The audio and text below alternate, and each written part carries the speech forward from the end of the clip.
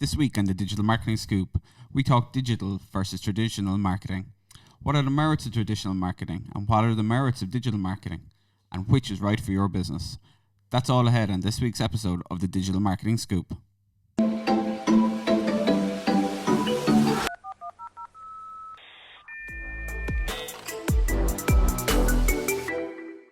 Hey everyone, this is Mark Flavin here. Welcome to this week's episode of the Digital Marketing Scoop. This week we are talking digital marketing versus traditional marketing. So which is right for your business? What are the merits of the different types of marketing? Of course, traditional marketing has been around a lot longer than digital. So talking the transition for companies from traditional to digital as well. And with me this week is Jen Bryan. Hey. So Jen, I suppose if we look at the big picture, what are the big differences, the fundamental differences between digital marketing and traditional marketing? Well, the main difference is the traditional kind of marketing fields that we would have seen all along would have been your usual TV, radio. It's the marketing that most people are familiar with because it's been there the longest. But in the last 10 years in particular, digital marketing has seen a huge surge. So essentially, digital marketing is any form of online marketing through social media platforms, Google, anything you're going to use through a device, essentially, rather than what you're going to hear in your everyday life, be it through radio, a print ad, just even down to the side of buses. Yeah. That's all your kind of traditional marketing. The main differences between the two are that one is very kind of megaphone. It's shouting to everyone, and digital marketing is just a little bit nicher. Yeah. The way I always look at it is traditional is you want to be everywhere. You're going to be in the newspaper, you're going to be on the TV, you're going to be on the radio, and it's really, for me, it's great as a brand building. Yeah. But when it comes to actually moving product or selling a product or a service with digital, you can be so specific and you know what your marketing is doing. Yeah. As opposed to with traditional marketing, while when we discuss in a minute, certainly has its merits. It's not something you should discount completely. It's just not as targeted. Yeah.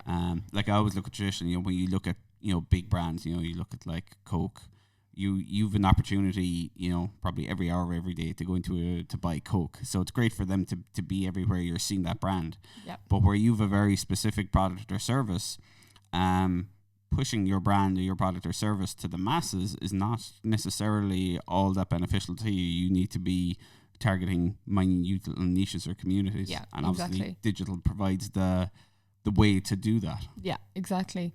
When it comes to the merits of traditional marketing, though, I think that there is merit there, and it's sometimes hard to say that out loud as a digital marketer, because you do have to take into consideration the big brands that you're talking about, the Cokes of the world, even the Apples of the world. Yeah. They went through their traditional marketing to get where they are, but it was mass marketing for a product that was available and wanted by a mass market. It wasn't necessarily a target audience as such, because anyone's going to like Coke. Everyone at some point was going to need a computer when Apple were kind of making their way through the years of traditional marketing.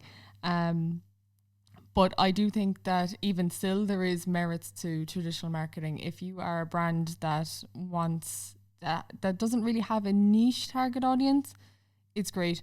But you have to pick and choose wisely. I mean, did you listen to the radio yesterday? In the car? Yeah. Can you remember any ads? No. Yeah. See?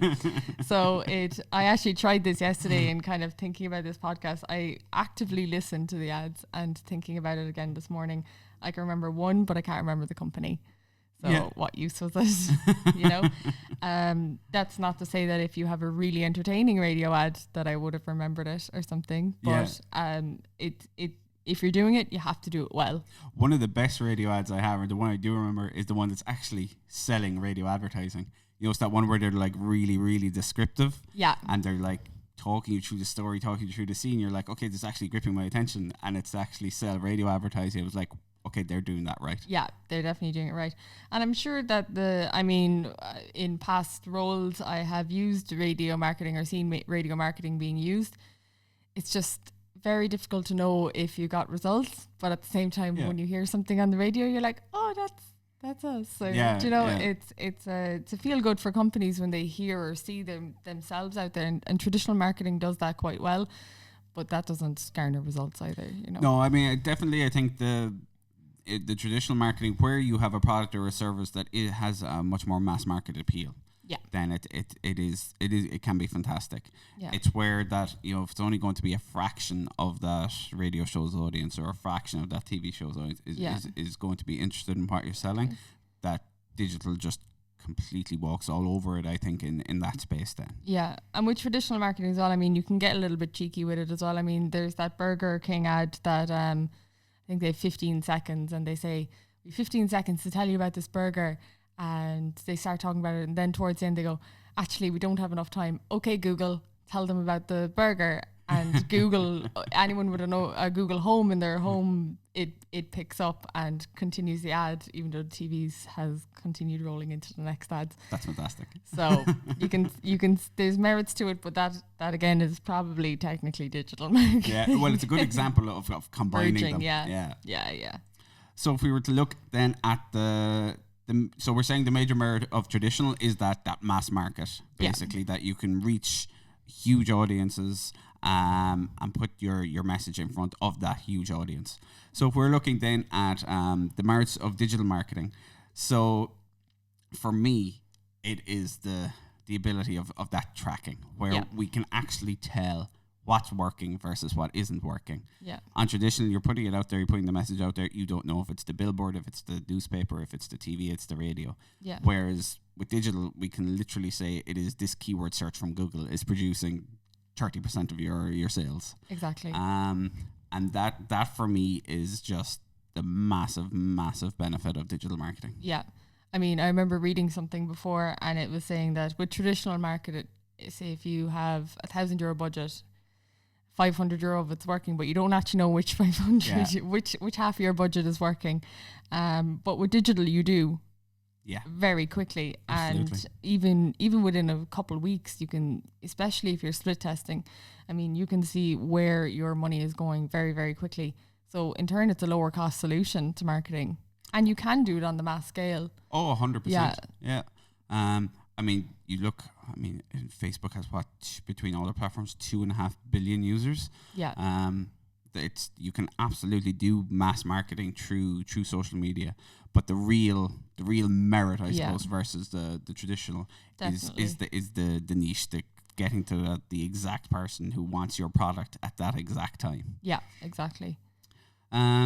So I suppose in terms of, I think you did a bit of research there on what the studies say versus digital versus traditional. Yeah, so there's a few different kind of areas. So for customer engagement, it obviously is just much easier to measure with digital. The research says it. I mean, here in a digital agency, we know that. Yeah. If someone came to us asking us to do them some form of traditional marketing, sure, we would be able to do it, but we would have to sit them down and say we won't be able to tell you what has come of it unless you yourself kind of know that you've had extra footfall or this, that, the other. Whereas with digital, it's very easy to be able to go, look, X, Y, and Z worked. Maybe A and B didn't. We'll do this. We'll do that. It's a much easier work in progress. But you can see the engagement. It's in front of you in numbers. Now, that's not to say that you can't get engagement from traditional marketing. The engagement is there. It's just less factual. You can say, oh, I had 20% extra footfall in the store. 5% of that could have been just natural increase in your customers, or it could have been down to something else they saw or word of mouth. It's very difficult to pinpoint where the engagement came from. One thing I have seen in the past is where you can use to try and measure traditional marketing more, whereas people will say if they're sending traffic to a particular website, they'll use either a unique URL or a coupon code so you can bring some of that traditional advertising, the measurement onto digital, basically. Yeah. There is ways, definitely. But if it comes down to just throwing one ad out in the radio and one ad out on Facebook, you're going to find that you're going to have your answer a little bit quicker on Facebook, whereas you can guesstimate with the radio ad a little bit. The next thing then is kind of measuring results. And I suppose with the customer engagement, we kind of just talked about that as well. The measuring results is obviously just going to be just that little bit easier with digital marketing rather than traditional marketing. That being said, though, I mean, the radio can, and so can TV, they can tell you how many views. If you're going to a magazine, they can tell you how many copies of it were read. Now, there's sometimes you'd have to be kind of conscious. I would always kind of take half of what you're being told and assume that is somewhat the correct figure. I mean, sometimes with a magazine, for every one copy, they might say 5 reads because it might be left on a table and they'll assume that someone else is reading it. So they're estimating that for every 5. But that's different for every magazine. Like a magazine like Vogue could estimate a far higher reach because they're going to say, well, we're in every hairdresser's, we're in every, Yeah. So I would take it with a little bit of a pinch of salt, because at the end of the day, there could be thousands of copies out there that are just on someone's shelf. Yeah, and I suppose the only real way to know is testing. Yeah. So look, I suppose out of today's episode, it is to take a look at digital versus traditional. If you are spending a lot on traditional and you're not spending on digital, it's probably time to start looking at that space, because you can actually start measuring the results. And if you have a product that has mass appeal and you're only doing digital, then maybe it's time to also start looking at traditional, as much as it might hurt us to say that. Yeah. Oh, ouch. Yeah, definitely. I think it's all about looking at what your product is, having a good idea of what your product is, your target audience, and choose the marketing avenues that work well for that. If you have a great product that works well on the radio, by all means, go for it. It's about at the end of the day, it's about doing what's going to be best for your business. Exactly, yeah. But with digital, you're just going to have that extra edge on knowing what your results are. Brilliant. Yeah. Thank you for listening. That has been this week's episode of the Digital Marketing Scoop.